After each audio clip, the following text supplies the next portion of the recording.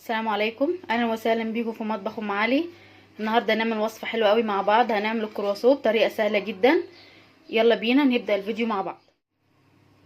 معايا هنا نص كيلو دقيق بمعادل 3 كوبايات ونص، كوبايه ونص ميه فتره. معايا هنا دول معلقتين زيت، معلقه خميره، معلقه لبن بودره ممكن نستغنى عنها، تلت كوبايه سكر. هنا في بوله حطيت الميه واحط عليها الحليب البودره واحط السكر والخميره والزيت واقلبهم كده مع بعض كويس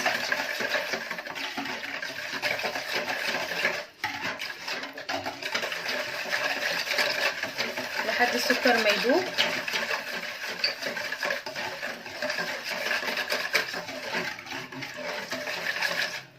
هنا الدقيق اهو عليه رشة ملح، هحطه هنا اهو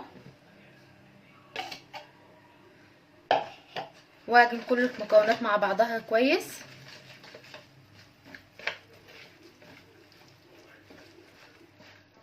انا هنا اهو بعد ما لميت العجينه مع بعضيها حطيت على الرخامه رشه من الدقيق، وهوريكي تعجني في العجينه ازاي.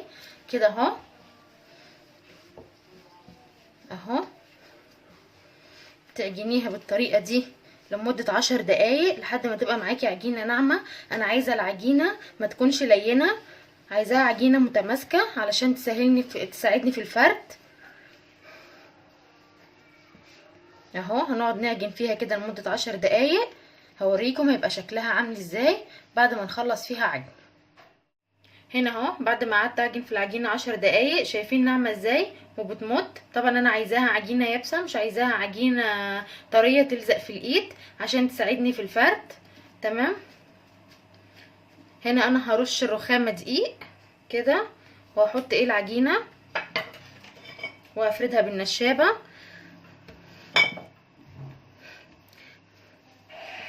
انا مش هسيب العجينه دي تخمر. تمام اهو بشتغل فيها كده هفردها، مش عايزاها سمكها كمان يكون رقيق. هنا اهو بعد ما فردت العجينه اهي شايفين سمكها تخين مش رقيق. معايا هنا ده ربع كيلو زبده هحطه جوه العجينه. شوفوا انا هبشره. تمام هبشره بالمبشره دي وهوريكم هحطه ازاي على العجينه. هنا اهو بعد ما بشرت الزبده بالمبشره هوريكم احطها ازاي على العجينه.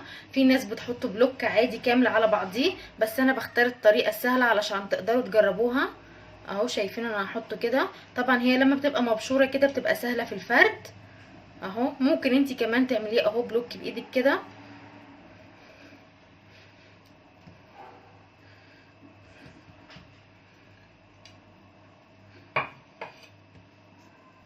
هنا اهو بعد ما حطيت الزبده بصوا هطبق بقى كده اهو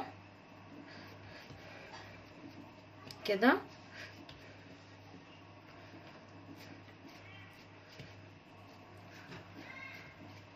تمام هرش دقيق طبعا وهبدا افرد في العجينه بالراحه خالص طبعا علشان الزبده ما تطلعش بره العجينه. اهو بتمشي معايا سهله خالص علشان الزبده لينه وحلوه. هنا اهو بعد ما فردت العجينه هطبقها مره كمان، هعملها كده بنفس النظام 4 مرات، مش هسيبها ترتاح خالص في التلاجة، هشتغل بيها على طول. هوريكم بعد ما اخلص فرد هنعمل. هنا اهو بعد ما طبقتها 4 مرات تمام. هنا العجينه اهي متماسكه وحلوه جدا زي ما هي. بصي لو انت حسيتي ان الزبده خرجت معاكي بره او ساحت ممكن تطبقيها وتحطيها شويه في الفريزر 5 دقايق وترجعي تشتغلي تاني عادي مفيش مشكله. هبدا بقى افرط العجينه بقى، دي اخر مره عشان هقطع بيها الكرواسون. اهو شايفين بتمشي ازاي معايا اهي.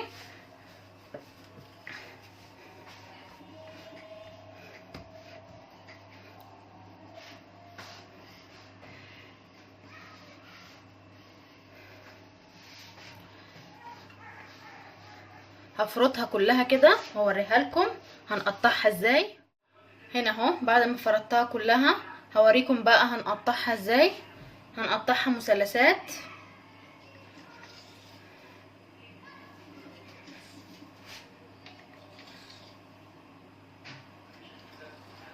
اهو شايفين معايا.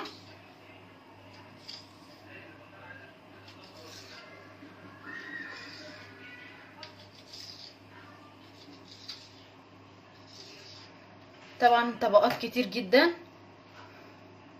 شايفين الطبقات؟ مش عارفه هتبقى ظاهره في الكاميرا ولا لا.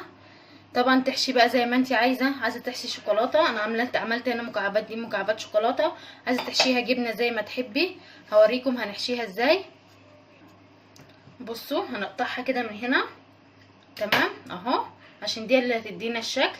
هتحطي كده هنا مكعب الشوكولاته وتتني كده وتلفي اهو، وتمطي كده العجينه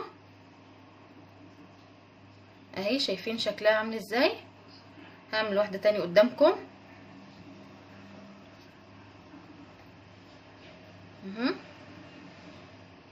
اهي، واحط مكعب شوكولاته. الحشو بقى زي ما تحبي، عايزه تحطي تحشي جبنه عادي، تحشي جبنه مثلثات، جبنه بيضه، زي ما انت عايزه اهو اهي. شايفين شكلها عامل ازاي؟ هكمل بقى بقيه الكميه وهرجع لكم. هنا اهو انا كده خلصت الكميه كلها، هسيبها بقى تختمر. هغطيها كده بتاع نص ساعه تختمر، وبعدين هندهن وشها بصفار بيضه وشويه لبن، وبعدين هندخلها الفرن اهو. بعد الكرواسون ما اختمر معانا هنا اللي هنحطه على الوش، معانا هنا معلقتين لبن على بيضه كامله وشويه فانيليا، هندهن بيهم الوش كده. انا طبعا مشغله الفرن على درجه حراره 200.